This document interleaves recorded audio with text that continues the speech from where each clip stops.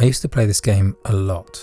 It never actually worked properly. Something in the mechanics meant that when the cellophane missile was sent forth, it seemed to suggest a direct hit, but the choppers would stay in the sky, particularly the yellow one. I'd wish that I could fix it, and then, one day, someone did. They unscrewed the back and tightened a tiny screw behind the band, and suddenly it worked flawlessly. I immediately blasted all three out of the sky with ease beaming from ear to ear. I put the toy down, and I don't think I ever picked it up again.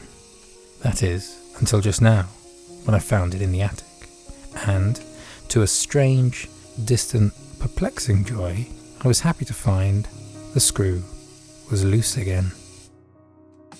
So foggy memory after failed missile, I remembered three long-forgotten thoughts that were equally as unable to fully bring down as these faulty wheelie birds. Distant but brilliant memories of doing things badly.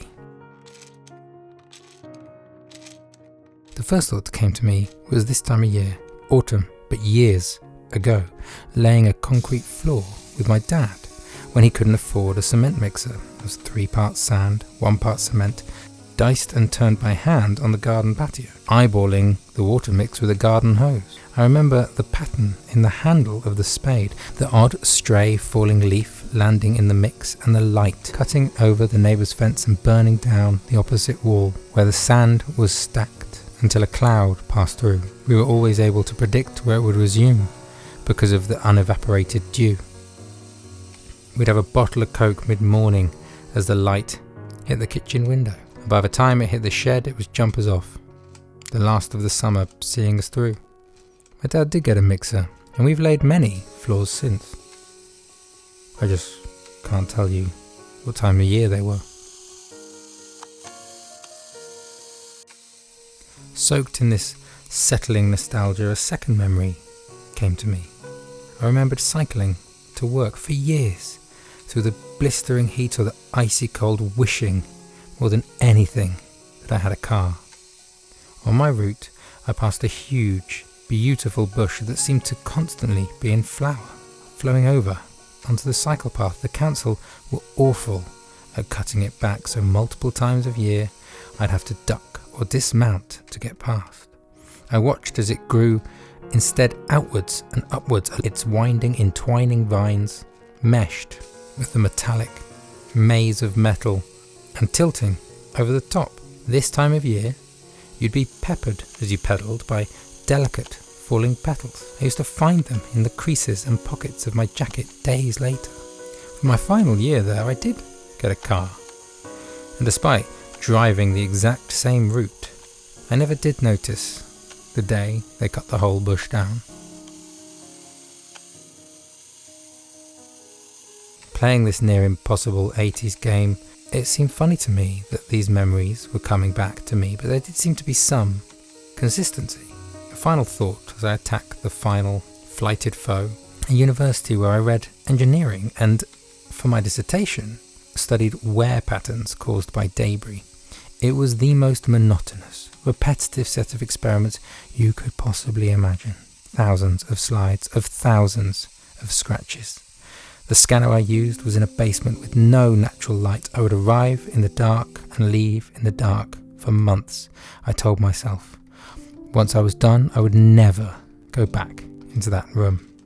I remember the old technician who just had a hip replacement, who said nothing for the first few weeks. Until a half a season of scanning slides, he started talking about getting older, about being a grandfather, about struggling to play with his grandkid, how the little girl was being bullied at school. So some evenings, she came in to help with the slides. To her, it all seemed spectacular. After I submitted that paper, I occasionally popped in to see him for a few cups of tea and sat in that room for weeks. I recently met someone who was studying the same thing in the same place, and they closed that lab after he retired.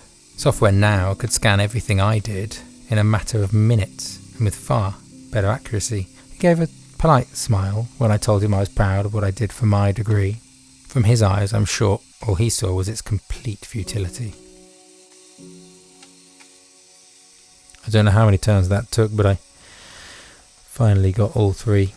And my memory flings back to a thought I had much more recently, this summer, when I was talking to someone who studied something called effort justification, which is a form of cognitive dissonance.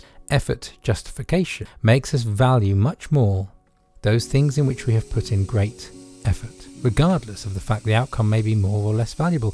Frankly, I think this whole idea is fucking deluded. And the only academic counter I could find was something called the contrast effect. According to this theory, the contrast is the difference between the reward and the situation that leads to it.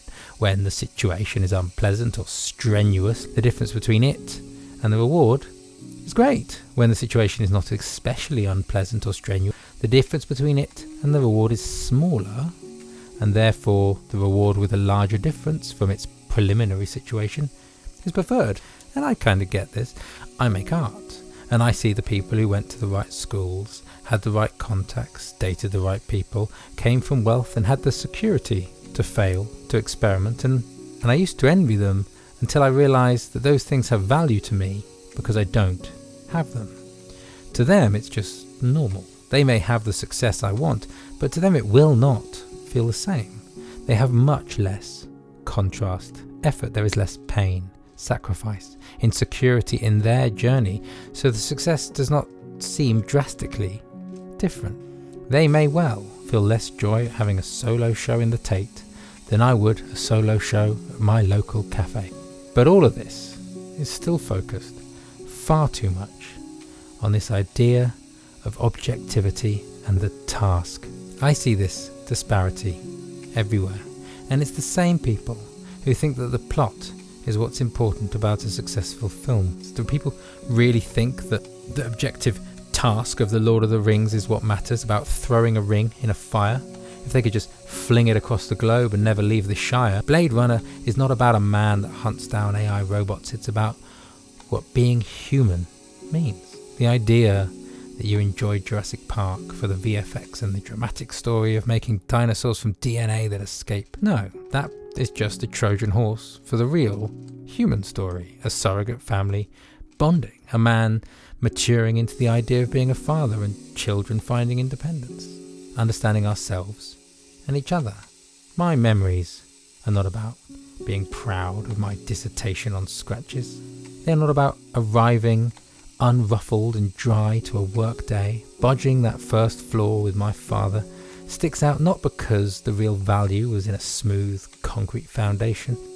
They're about learning the fears of old age, the loss of connecting with nature along the way, bonding with my father. Just as blasting out choppers on a broken game is about bonding with myself, my own mini motivation to overcome obstacles when I was 6. And if all this is me suffering from cognitive dissonance, I want more of it.